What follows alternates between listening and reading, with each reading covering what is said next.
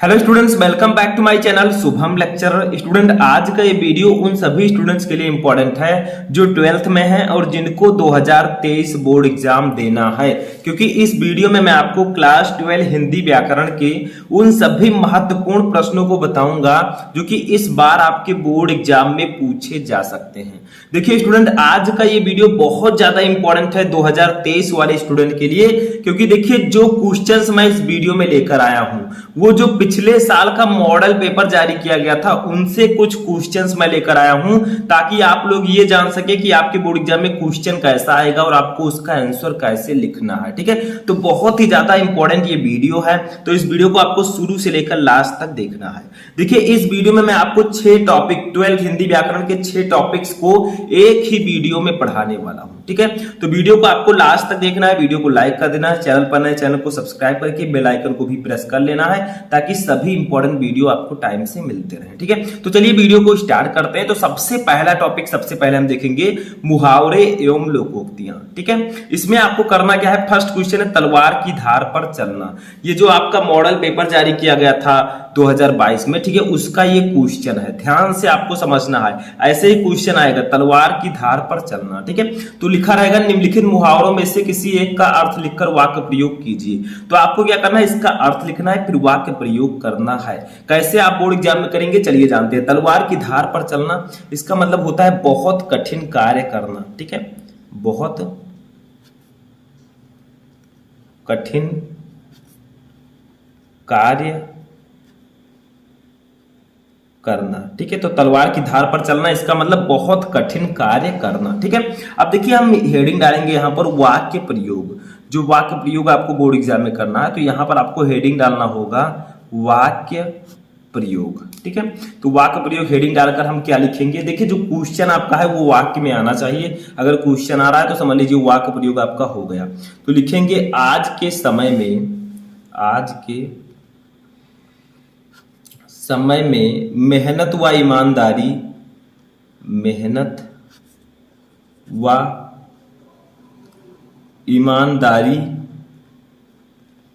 से पैसे कमाना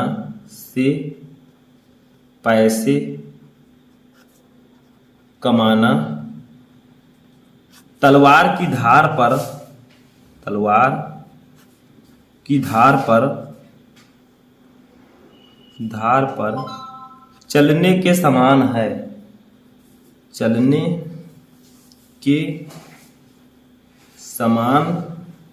है। ठीक है, तो तलवार की धार पर चलना इसका अर्थ होगा बहुत कठिन कार्य करना। ठीक है, वाक्य प्रयोग में आप क्या लिखेंगे, आज के समय में मेहनत व ईमानदारी से पैसे कमाना तलवार की धार पर चलने के समान है। ठीक है, यानी कि आज के समय में मेहनत व ईमानदारी से पैसे कमाना बहुत कठिन काम है। ठीक है, क्योंकि फ्रॉड वाला जमाना चल रहा है। तो देखिए तलवार की धार पर चलना, ये जो है क्वेश्चन आपके इस वाक्य में आ चुका है, तो आपका वाक्य प्रयोग हो गया। कोई जरूरी नहीं है कि आप यही वाक्य लिखें, कुछ दूसरा भी लिख सकते हैं, लेकिन आपका ये क्वेश्चन इस वाक्य में आना चाहिए। ठीक है, ऐसे चलिए दूसरा क्वेश्चन देखते हैं। अब देखिए दूसरा क्वेश्चन हमारा क्या है, टका सा जवाब देना। ठीक है, इसका अर्थ होगा साफ इनकार करना। साफ इनकार करना। ठीक है, साफ इनकार करना, इनका मतलब टका सा जवाब देना। ठीक है, अब इसका भी हम वाक्य प्रयोग करेंगे, हेडिंग डालेंगे वाक्य प्रयोग। ठीक है, और वाक्य प्रयोग में हम लिखेंगे, क्या लिखेंगे, देखिए उच्च वर्ग के लोग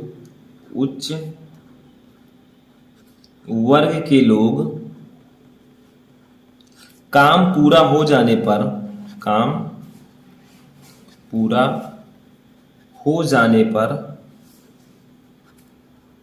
गरीब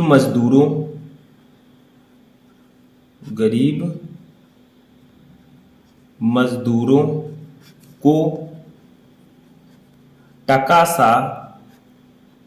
टका सा जवाब देते हैं।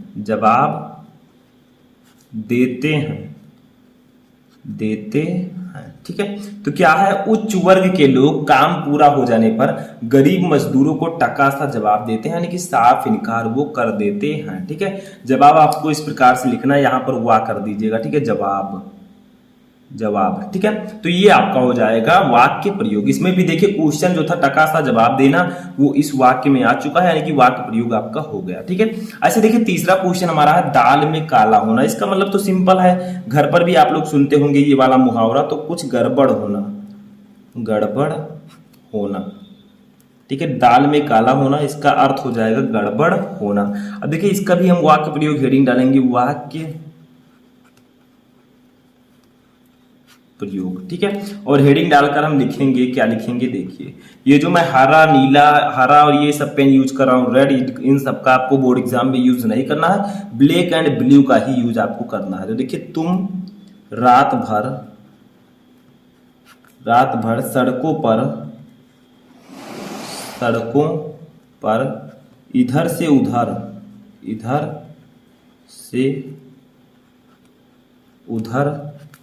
घूमते रहते हो,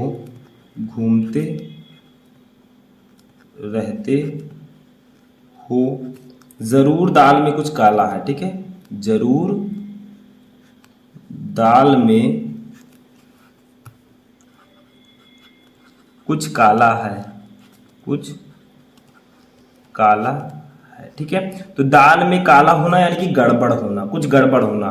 वाक्य प्रयोग में हम क्या लिखेंगे, तुम रात भर सड़कों पर इधर उधर घूमते रहते हो, जरूर दाल में कुछ काला है, यानी कि दाल में कुछ काला का मतलब होगा गड़बड़ी है। ठीक है, कुछ गड़बड़ है, तो ये आपका हो जाएगा वाक्य प्रयोग। आप कोई दूसरा वाक्य प्रयोग भी लिख सकते हैं। ठीक है, चलिए हम नेक्स्ट टॉपिक देखते हैं, नेक्स्ट क्वेश्चन। अब देखिए स्टूडेंट, जो चौथा क्वेश्चन हमारा होगा वो हमारे नेक्स्ट चैप्टर से होगा, जो कि है संधि विच्छेद। अब संधि विच्छेद का मतलब भी मैं आपको बता चुका हूं। इसमें क्वेश्चन आपको दिया जाएगा, जैसे देशाभिमान का संधि विच्छेद है, तो आपको सही संधि विच्छेद चूज करके लिखना होगा। आपके पास 4 ऑप्शंस रहेंगे। ठीक है, तो देखिए देशाभिमान का संधि विच्छेद है, ऑप्शन नंबर का है देशाधन अभिमान, खा है देश धन अभिमान, गा है देशाधन विमान और घा है देश धन विमान। तो इसका राइट आंसर होगा ऑप्शन नंबर खा, देश धन अभिमान। अब देखिए यहां पर मैंने आपको बताया था कि देश, जब आप देश बोलेंगे तो यहां पर छोटा आ सा में छुपा रहता है, तो छोटा आ प्लस अभिमान का छोटा आ, ये दोनों मिलकर किसका निर्माण करेंगे, बड़ा आ का निर्माण कर देंगे। ठीक है, तो देशा सा में बड़ा आ लग गया, तो ये इसका सही संधि विच्छेद होगा। ऐसे ही आपको चूज करके लिखना होता है, मैंने आपको बताया। पांचवा देखिए भूध्रुव का संधि विच्छेद है। ठीक है, आप लोग बोलकर चेक कीजिए कि आप बोल सकते हैं इसको। का है भूधन ऊर्ध्व, खा है भूधन ऊर्ध्व, गा है भूधन ध्रुव, घा है भूधन ऊर्ध्व। तो इसका राइट आंसर क्या होगा, इसका राइट आंसर हो जाएगा ऑप्शन नंबर घा। ठीक है, भूधन ऊर्ध्व, ये भूर्ध्व का सही संधि विच्छेद होगा। ठीक है, बोलने में थोड़ी प्रॉब्लम लग रही मुझे। छठवां नंबर देखिए ज्ञानोपदेशा का संधि विच्छेद है। ज्ञानोपदेशा का सही संधि विच्छेद क्या होगा, का है ज्ञान धन उपदेशा, खा है ज्ञानोधन देशा, गा है ज्ञानोधन देशा, घा है ज्ञानोधन पदेशा। ठीक है, तो इसका राइट आंसर क्या होगा, इसका राइट आंसर हो जाएगा ऑप्शन नंबर का, ज्ञान धन उपदेशा। तो देखिए यहां पर छोटा आ और छोटा ऊ मिलकर ओ का निर्माण कर देंगे। ठीक है, देखिए ज्ञान में छोटा आ है, ऊ में छोटा ऊ है, दोनों मिलकर ओ का निर्माण कर देंगे, तो ज्ञानो हो जाएगा। देखिए ज्ञानोपदेशा। ठीक है, तो ऐसे ही आपको समझना है संधि विच्छेद। ठीक है, आई होप कि आपको ये भी समझ में आ चुका होगा। अब चलिए अपना नेक्स्ट टॉपिक देखते हैं, जो कि है विभक्ति और वचन। अब इसमें क्या करना होगा, सिंपल है, विभक्ति और वचन आपको पहचानना है। जैसे देखिए सातवां है नामभि, नामभि में कौन सी विभक्ति है, कौन सा वचन है, यहां पर नीचे दिया गया है। का है तृतीय विभक्ति बहुवचन, खा है चतुर्थी विभक्ति बहुवचन, गा है पंचमी विभक्ति एक वचन, घा है सप्तमी विभक्ति एक वचन। तो इसका राइट आंसर हो जाएगा ऑप्शन नंबर का, तृतीय विभक्ति बहुवचन। नामभि में तृतीय विभक्ति है और बहुवचन है, तो का वाला ऑप्शन राइट होगा। ऐसे 8वां क्वेश्चन देखिए नामभ्य। अब नामभि के बाद नामभ्य आ गया, तो नामभ्य में कौन सी विभक्ति है, कौन सा वचन है, का है तृतीय विभक्ति एक वचन, खा है द्वितीय विभक्ति द्विवचन, गा है चतुर्थी विभक्ति बहुवचन, घा है प्रथमा विभक्ति द्विवचन। तो इसका राइट आंसर होगा ऑप्शन नंबर गा, चतुर्थी विभक्ति बहुवचन। तो नामभ्य में चतुर्थी विभक्ति है, बहुवचन है। ठीक है, तो ऐसे ही आपको पहचानना होगा। चलिए नेक्स्ट देखते हैं। अब देखिए नेक्स्ट हमारा है नामनी। नामनी में कौन सी विभक्ति है, कौन सा वचन है, का है सप्तमी विभक्ति एक वचन, खा है पंचमी विभक्ति एक वचन, गा है तृतीय विभक्ति द्विवचन, घा है सप्तमी विभक्ति एक वचन। तो इसका राइट आंसर होगा ऑप्शन नंबर का, ठीक है, सप्तमी विभक्ति एक वचन, नामनी में सप्तमी विभक्ति है और एक वचन ये है, ठीक है। तो ये आपका हो जाएगा विभक्ति और वचन। अब हम आते हैं अपने नेक्स्ट टॉपिक पर जो कि है शब्द युग्म। शब्द युग्म का मतलब क्या होता है, दो शब्दों का जोड़ा, ठीक है। ये फिर देखिए 10 नंबर है जघन जघन्य, ठीक है। तो आपको इसमें करना क्या है, इसका सही अर्थ आपको चूज करके लिखना है। जैसे जघन का सही अर्थ क्या होगा, जघन्य का क्या होगा, तो जो पहले उसका अर्थ पहले होगा, जो बाद में उसका अर्थ बाद में होगा, ठीक है। ये आपको ध्यान रखना है। का है जांघ और अपराध, खा है अपराध और जांघ, गा है जांघ और गरहित, घा है मध्य भाग और पाप। तो इसका राइट आंसर होगा ऑप्शन नंबर का जांघ और गरहित। देखिए जघन का मतलब जांघ, जघन्य का मतलब गरहित, ठीक है। तो जांघ और गरहित इसका राइट आंसर होगा।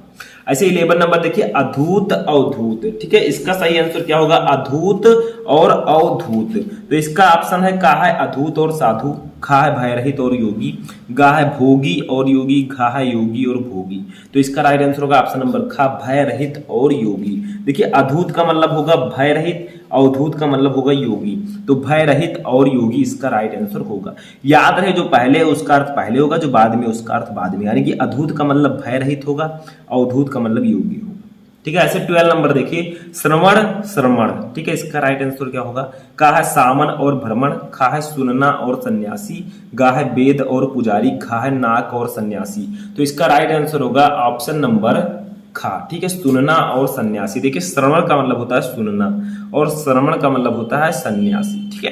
तो ये इसका राइट आंसर हो जाएगा। समझ में आ गया शब्द युग्म भी। अब शब्द अर्थ पे आते हैं। शब्द अर्थ का मतलब क्या होगा, आप जैसे पहले पर्यायवाची शब्द पढ़ते थे, या इसी को हम अनेकार्थी शब्द भी बोलते हैं, यानी कि एक ही शब्द के कई अर्थ। जैसे देखिए द्रव्य, द्रव्य को हम पदार्थ भी बोलते हैं, इसके कई नाम है, ठीक है, अनेकार्थी शब्द है ये।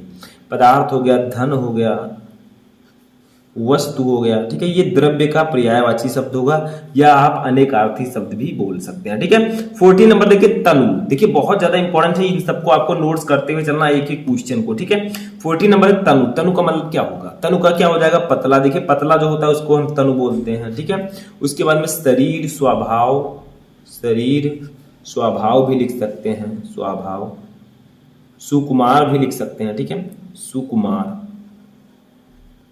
तो ये हो जाएगा तनु का अनेकार्थी शब्द। 15 नंबर देखिए बाल। बाल को हम लिख सकते हैं बालक, ठीक है। बाल, बालक को भी बाल कहते हैं। केस, केस जो होता है बाल को भी कहते हैं, ठीक है। और गेहूं के बाल, गेहूं के बाल, ठीक है। तो ये इसका राइट आंसर हो जाएगा। तो ये आपका होगा अनेकार्थी शब्द, यानी कि एक ही शब्द के कई अर्थ, वही अर्थ आपको लिखना है। सिंपल सा है, कुछ भी नहीं है इसमें, ठीक है। तो इसको नोट कर लीजिए। चलिए नेक्स्ट टॉपिक देखते हैं। अब देखिए नेक्स्ट टॉपिक स्टूडेंट जो हमारा है वो है अनेक शब्दों के लिए एक शब्द। इसमें आपको करना क्या होगा, अनेक शब्दों के लिए आपको एक शब्द का चयन करना होता है, ठीक है। जैसे आप इंग्लिश ग्रामर में पढ़ते हैं वन वर्ड सब्स्टिट्यूशन। जैसे 16 नंबर देखिए जिसे दान करने की इच्छा हो उसे हम क्या कहते हैं, जिसे दान करने की इच्छा उसे हम कहते हैं दानशील। यानी कि मेरा दान करने का मन कर रहा है तो मैं दानशील हूं, ठीक है। दान करने की मैं इच्छा रखता हूं। समझ में आया। 17 नंबर देखिए जो केवल फल खाकर रहता हो, बताइए उसे क्या कहेंगे, जो केवल फल खाकर रहता हो उसे हम लोग कहेंगे फलाहारी, ठीक है। जो केवल मांस खाता हो उसे हम कहेंगे मांसाहारी। जो शाकाहारी भोजन करता हो उसे हम कहेंगे शाकाहारी, ठीक है। तो ये आपका हो जाएगा अनेक शब्दों के लिए एक शब्द। जैसे आपका आ जाए जिस पर विश्वास किया जा सके, विश्वसनीय होगा, ठीक है। जो ईश्वर में विश्वास रखता हो वो आस्तिक होगा, जो ईश्वर में विश्वास न रखता हो वो नास्तिक होगा, ठीक है। 100 वर्ष का समय शतायु होगा, शताब्दी। तो ऐसे ही आपको लिखना होता है। 18 नंबर देखिए जिसका मूल्य बहुत अधिक हो उसको हम क्या कहेंगे, जो बहुत ज्यादा मूल्य जिसका हो उसे मूल्यवान कहेंगे। जैसे कोई वस्तु है उसका बहुत अधिक मूल्य है, हीरा है, हीरा एक मूल्यवान वस्तु है, ठीक है। तो उसको हम बहुत अधिक जिसका मूल्य हो उसे हम मूल्यवान बोलते हैं, ठीक है। तो यहीं पर हमारा 6 टॉपिक समाप्त होता है। देखिए 6 टॉपिक मैंने आपको टोटल 6 टॉपिक के, एक टॉपिक के 3 क्वेश्चन बताए, टोटल आपको 18 क्वेश्चन बताए। अब आप लोग कमेंट करके बताइएगा कि इन 18 क्वेश्चन में से कितने क्वेश्चन आपको ऑलरेडी पता थे। तो हम मिलेंगे नेक्स्ट वीडियो में नेक्स्ट टॉपिक के साथ। तब तक आप लोग अपनी तैयारी करते रहे और किसी भी टॉपिक में क्वेरी है तो कमेंट करके बताएं, मैं उस पर वीडियो बनाने का प्रयास करूंगा। तो इस वीडियो में फिलहाल इतना ही, तब तक के लिए जय हिंद।